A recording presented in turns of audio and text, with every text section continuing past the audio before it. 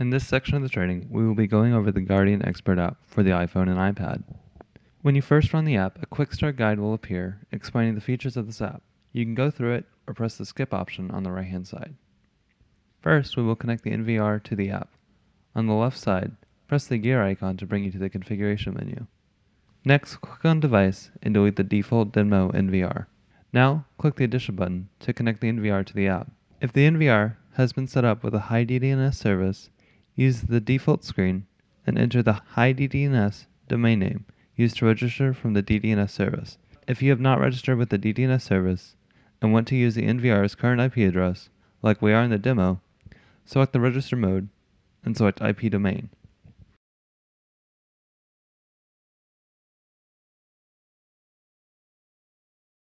Enter the IP address of the NVR in the address field.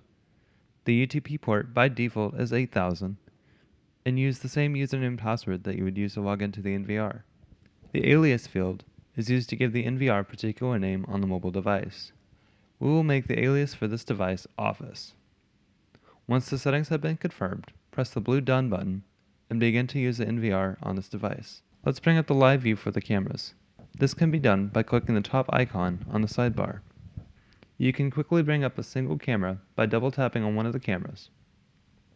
If you would like to return to a quad view, double tap the screen again. Let's review the options in the default live view. On the bottom, the first icon used is to open and close the camera selection window. Next is the camera icon that is used to save a picture of the live image onto the mobile device. Next is the microphone icon that is used to toggle the microphone on and off if a microphone is connected to the NVR. The next option is used to set the image quality if you're experiencing networking problems between your device and the NVR. The options in this menu are clear, balanced, and fluent. This menu works the same way as the live view strategy options on the NVR. The star icon is a quick way to save a particular layout or camera and have it reopen again. For example, let's swap out cameras 1 and 2 and do the same for 3 and 4, and save this view as Office 1.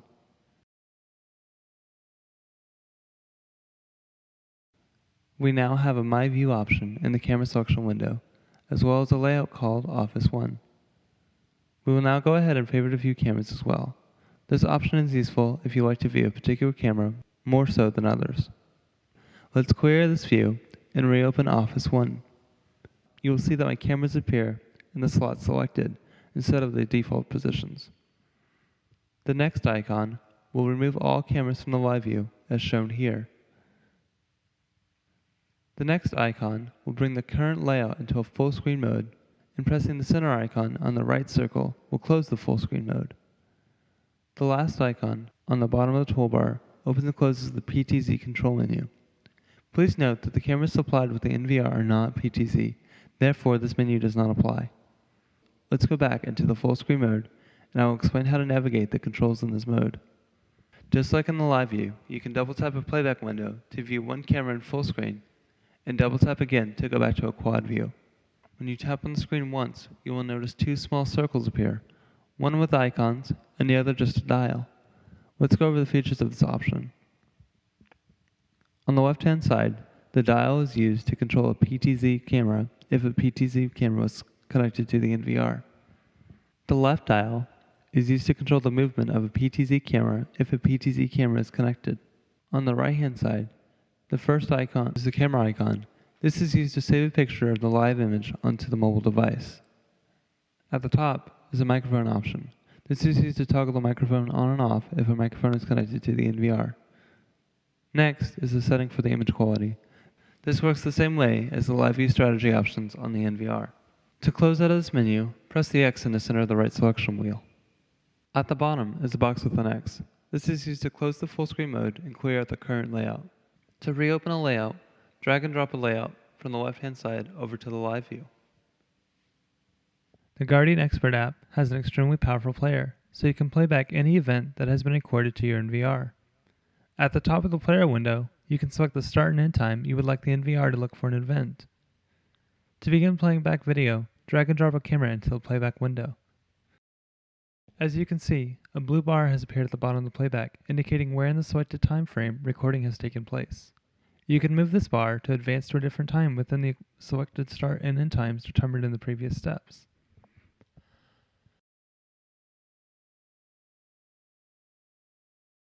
Above is a toolbar with the same features as the toolbar in the live view.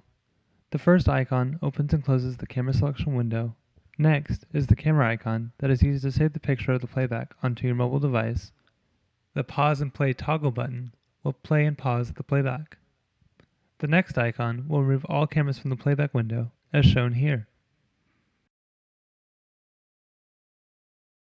The final icon will begin full screen playback. On the left side is the pause and play toggle button. The center indicates when the selected time frame an event has been recorded. The camera icon will save a picture of the playback window onto the mobile device. Let's go over the options in the configuration menu. The device menu is used to edit the current NVR that is connected to the app. You can also add a new device by clicking the addition button. The favorite menu is used to select your favorite cameras, as well as delete favorited layouts. The password protection option in the local config menu lets you set a password that's required to be entered when the app is closed and reopened. This adds extra security to your surveillance system.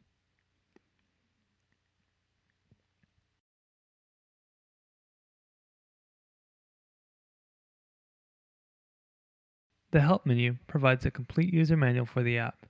The Guide button at the top of the screen shows the start guide that we skipped at the beginning of this tutorial. This concludes this section of the training.